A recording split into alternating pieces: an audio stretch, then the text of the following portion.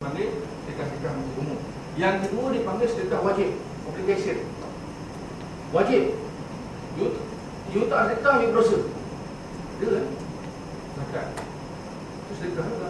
Dia panggil the obligatory charity. You tak sedekah, you berdosa. Cukup haul, cukup masa, cukup apa semua, you kena sedekah. Kena bagi wakaf, bagian bagi zakat. Dan yang ketiga dipanggil sedekah perpetual charity. Ini dengan dia sedekah kelas dengan perpetual, dengan kekal. Sebab itu kalau kita baca kitab Ahli, dia sebut wakaf tu, dia baca quotation. Wakaf tu sama dengan sedekah kelas mafufah. Mafufah tu yang berkaitan dengan kekal, perpetuity atau inalienability, tak boleh usik. Ada dua konsep ni dan dia eksplisit, maka jadi dia wakaf. Itu dia masuk di wakaf. Mana wakaf ni, kalau nak banding secara umum lah, kalau kita bayangkan, you ambil contoh, you ada duit 100,000 katakan, you nak sedekah dengan ISDF, you bagi kat ISDF, bagi kat Dr. Z, bagi kat Dr. Skyna, you bagi 100,000. So terpulang pada Skyna apa? Dia beli, katakan dia beli buku 100,000 atau sedekah pada pelajar, habislah sedekah ni. Tetapi wakaf, saya bagi pada Dr. Skyna 100,000, dia bukan ambil 100,000 tu. Dia tak invest 100,000, katakan dia masuk dalam amanah saham ke, dalam bank Islam ke, dia dapat 10,000 setahun. 10,000 telah digunakan untuk kegunaan istek. Yang 100,000 kekal sampai bila-bila. Sebab itu wakaf sifatnya kekal. Bayangkan.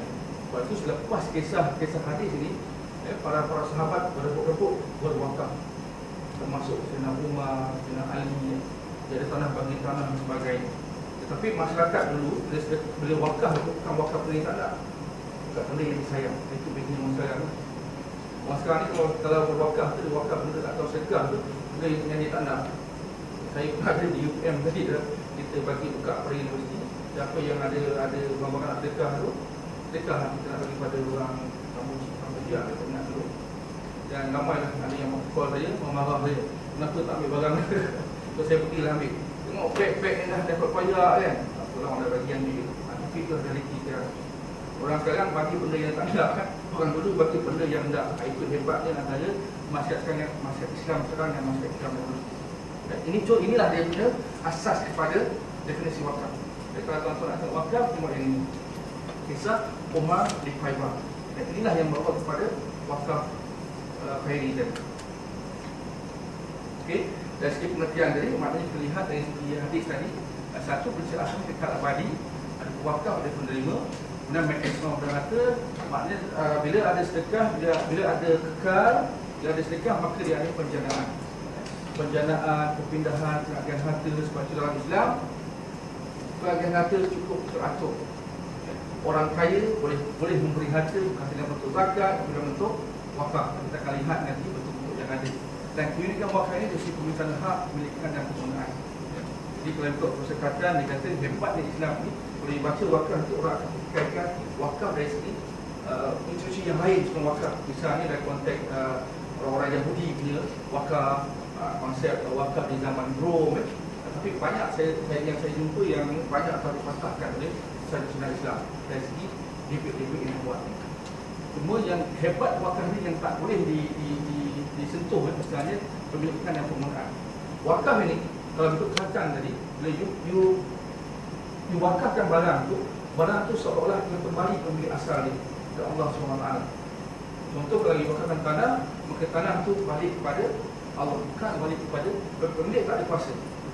Ini yang hebat di wakaf ni. Ini yang ditakuti oleh orang barat. Dan memang pun dia takut zaman kejatuhan banyak orang paman disebabkan oleh ini. Apa yang mesti wakaf? Wakaf sedekah dan kita mengaku wakaf, dengan tengok nanti konsep takaruk, konsep kurba, janji Allah, khairi, proses zuri, faedah puasa dan sebagainya. Dan kita tengok tujuan kenapa orang berwakaf. Mengkaji banyak buat tadi kajian dua benda saja, ubah kubra dan juga takaruk, membuat kebaikan dan mendekati kepada Allah SWT.